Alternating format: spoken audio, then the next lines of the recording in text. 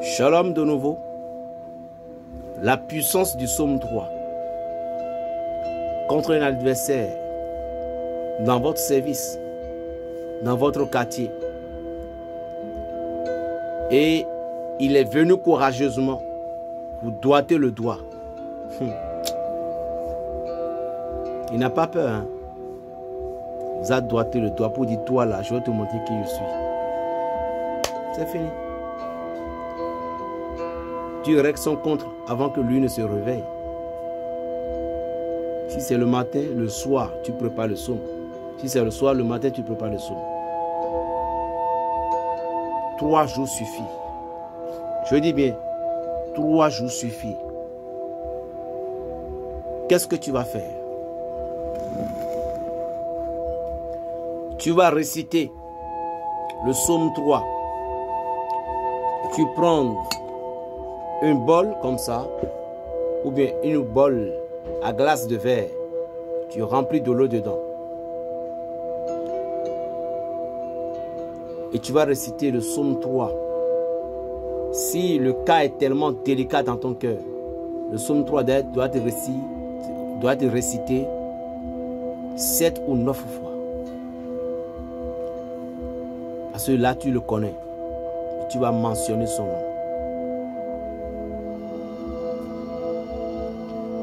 Oh, toi, l'ange de Dieu, qui gouvernait ce psaume, je t'appelle à mon secours. Telle personne me dit, telle personne m'a dit, telle personne veut faire. Tu vas dire, et je veux que tu l'éloignes de moi. Ne dis pas, l'ange, ne demande pas à l'ange de la tuer, non. Je veux que tu l'éloignes de moi, éloigne-le complètement de moi. Je ne veux plus le voir sur ma voie ou ni le croiser sur ma route. Tu récites le psaume avec une énergie vivifiante. Quand tu as fini de réciter 7 ou 9 fois, tu prends l'eau, tu laves ta figure, tu laves ta tête, tu laves tes pieds, tu laves tes mains, tu bois un peu. Il ne faut pas manger, tu dois jeûner parce que le combat là, c'est 3 jours. Soit à 18h, 19h, tu vas encore refaire les mêmes scénarios avant de te défaire les jeûnes. Je te donne tout. Je dis, somme là, ça se récite 3 jours simplement. 3 jours. Si l'ennemi, si la personne t'a doigté comme ça.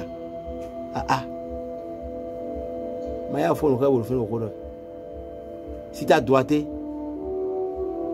faut pas te réveiller, tu es là dans ton palais. Dans la vie, pour évoluer, il faut se protéger. Il ne faut pas chercher le malheur de quelqu'un. Ne cherche pas à détruire la vie de quelqu'un. Protège-toi.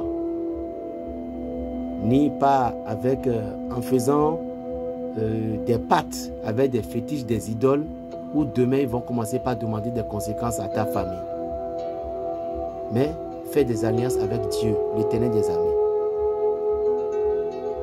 Ne te craigne devant rien, à part Dieu. Laisse les gens parler. Laisse les gens raconter ce qu'ils racontent sur toi. Et ce n'est pas Dieu qui l'adore, tout ne les regarde pas. Toi, tu sais ce que tu adores. Parce qu'un jour, nous irons tous se voir au ciel. Quelqu'un qui t'a tenté jusqu'à fatiguer. Crois-tu qu'il va te laisser comme ça? Il doit trouver des choses pour raconter sur toi. Et toi, si tu veux faire comme lui, en train de dire nia, qu'est-ce que tu dis? Mais sois tranquille. Pourquoi tu cherches à le répondre? Un répond imbécile par le silence. Garde bien ce mot dans ta tête. Un imbécile, quand tu sais que c'est un imbécile, réponds-le par le silence. Mais de fait que tu cherches à te répondre, tu cherches à te dire que jamais il va voir qu'il est fort plus que moi. Et à des moments donnés, on dit la tolérance n'est pas une faiblesse. C'est toi, c'est toi. Qu'est-ce que tu voulais te montrer? La vie est quoi? Qu'est-ce que tu veux montrer? Tu voulais montrer quoi? Aujourd'hui, Dieu t'a béni, tu es là, c'est toi qui es là. Demain, tu pars, une autre personne vient. Les maisons que tu as, tu n'as pas. Tu n'as rien. Mais la Bible de Jérémie, le livre de Jérémie nous demande, Jérémie 40, verset 10, il dit, malheur à quiconque déposera son épée. Tu es né pour combattre, n'oublie jamais ça. Tu es né pour faire la guerre. Est-ce que tu me suis? Tu es né pour faire la guerre. Tu n'es pas né pour s'amuser. Tu es né pour montrer au monde entier qui tu es. Dieu vous a donné tellement de grâces, mais à cause de vos fainéantismes, vous faites ce que les grâces que Dieu vous donne là, les grâces là, ça s'évapore. Dieu a confiance en vous, c'est vous qui n'avez pas confiance en Dieu. Vous voyez trop du mal, vous voyez trop de fétichisme avec les gens. Vous voyez trop de sorciers avec les gens. Vous voyez trop de maraboutage avec les gens. Si quelqu'un est fort un peu, quel nom ne va pas traiter ces personnes? C'est parce que tu es fort, c'est pourquoi on te donne tous ces titres-là. Toi-même, tu ne crois pas, tu ne sais pas plus. Tu tombes brusquement dans le piège. Tu commences à dire que je vais te montrer, je vais te montrer. Non, quelqu'un qui a la force ne se dit pas je vais te montrer. Quand tu as la force, tu es toujours tranquille. Est-ce que tu me suis? Lorsque tu as la force, tu te montres toujours tranquille. Sois tranquille. Et Dieu agira avec toi. Dans la vie, il faut combattre. Il y a des gens qui disent non, Dieu il pouvoira. Dieu il pouvoira, oui. Mais si tu ne combats pas, reste là pour dire Dieu il pouvoira. Tu iras en enfer maintenant. Surtout nous les chrétiens, on n'est que à la bouche. Moi, mon Dieu est vivant. Mon Dieu est si. Lorsque vous priez depuis des années, Dieu vous a envoyé un sauveur. Dieu a envoyé un enfant sur ta route. Pour que cet enfant, c'est lui qui doit mettre la bénédiction de ta famille. Mais tu es là, tu veux faire que dire que je sais prier, je sais prier. Mais il faut rester dans tes ténèbres là-bas. Je sais prier, c'est pas ça l'affaire. Tu peux avoir 100 ans et un enfant viendra te montrer les voies que tu dois suivre. Il y a des gens aujourd'hui, ils meurent dans les hôpitaux. Il faut que tu ne peux pas juste une tisane pour que tu les donnes. Non. Satanisme, moi, ma foi ne dit pas ça. Qui a créé les tisanes? Qui a créé les tisanes? Vous êtes là en train de raconter des choses jusqu'à ce que Dieu vous envoie un sauveur. Vous voyez Abraham et Melchisedec.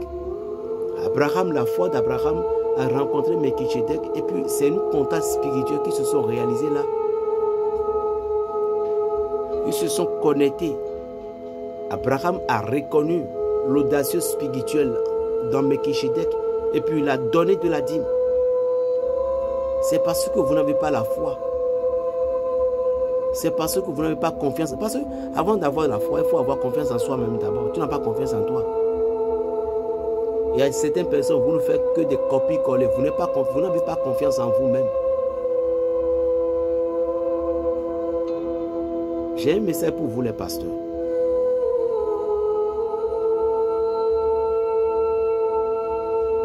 Les psaumes ont été regorgés par le pouvoir, sont regorgés par le pouvoir de l'Éternel des armées.